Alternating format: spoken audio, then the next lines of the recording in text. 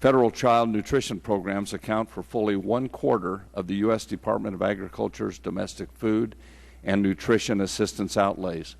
In fiscal year 2007, USDA spent $13.4 billion on these programs that provide a nutritional safety net for children. Unfortunately, that investment is being undermined by rapidly rising food costs, which are driven in large part by exploding energy costs. Make no mistake about it, a major factor behind rising food prices in the federal child nutrition programs and on supermarket shelves around the country is the cost of fuel and the impact of America's energy policies. I'm glad we're here today to discuss the impact of rising food prices on child nutrition programs, but we shouldn't be having this conversation in a vacuum. We cannot afford to ignore the role of energy policy in the food cost equation.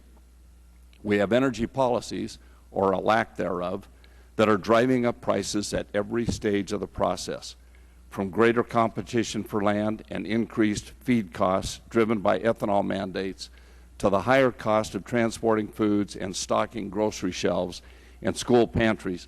Because of the price at the pump, food prices are inextricably linked to energy prices.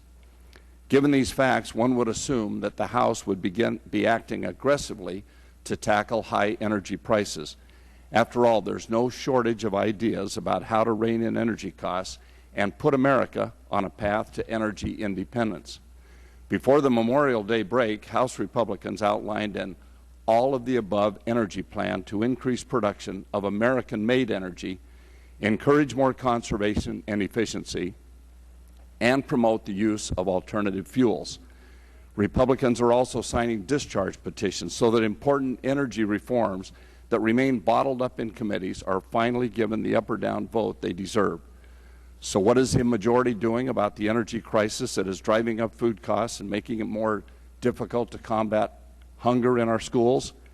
According to an article that appeared in the Hill newspaper just yesterday, and I quote, "Worried that a floor vote on any energy-related measure would trigger a Republican forced vote on domestic drilling, the leadership has scrubbed the floor schedule of the energy legislation that it vowed to tackle after the 4th of July recess." That is unconscionable, and the American people agree. Poll after poll has shown that Americans agree and recognize the need for comprehensive energy solutions, and a growing majority of Americans now support increased domestic production.